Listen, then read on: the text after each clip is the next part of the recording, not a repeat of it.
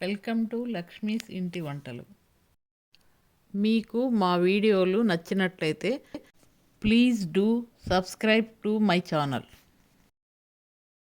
Chicken వేపుడు ఎలా తయారు చేయాలో నేర్చుకుందాం. Chicken fry. ముందుగా పొయ్యి వెలిగించుకొని గిన్నె వేడి చేసుకోవాలి. తర్వాత నూనె వేసుకొని అది కూడా వేడైన తర్వాత ఉల్లిపాయలు కరివేపాకు వేసుకోవాలి.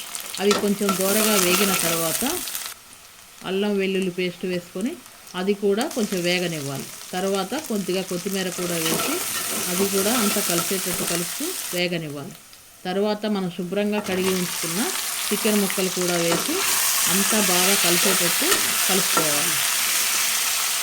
తర్వాత మూత పెట్టి చిన్న మంట మీద చికెన్ మెత్తగా ఉడికే వరకు మగ్గనివ్వాలి. మధ్య మధ్యలో మూత తీస్తూ కలుపుతూ ఉండాలి. తర్వాత పసుపు, ఉప్పు వేసి అంతా ఒకసారి బాగా కలిసేటట్టు కలపాలి. తర్వాత మూత పెట్టి మరికొద్దిసేపు ఉడకనివ్వాలి. తరువాత నీళ్ళన్నీ ఇంకిపోయిన తర్వాత చికెన్లో కారం, ధనియాల పొడి, మిరియాల పొడి వేసి అంతా ఒకసారి ముక్కలకు పట్టేటట్టు కలుపుతూ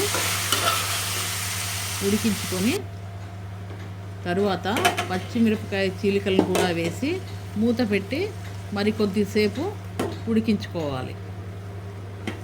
తరువాత మూత తీసి చివరగా కొత్తిమీర వేసి మూత పెట్టి మరికొద్దిసేపు మగ్గనివ్వాలి. తరువాత చివరగా కరివేపాకు కూడా వేసి స్టవ్ ఆపేయాలి. అంతే, ఎంతో కమ్మనైన చికెన్ వేపుడు రెడీ.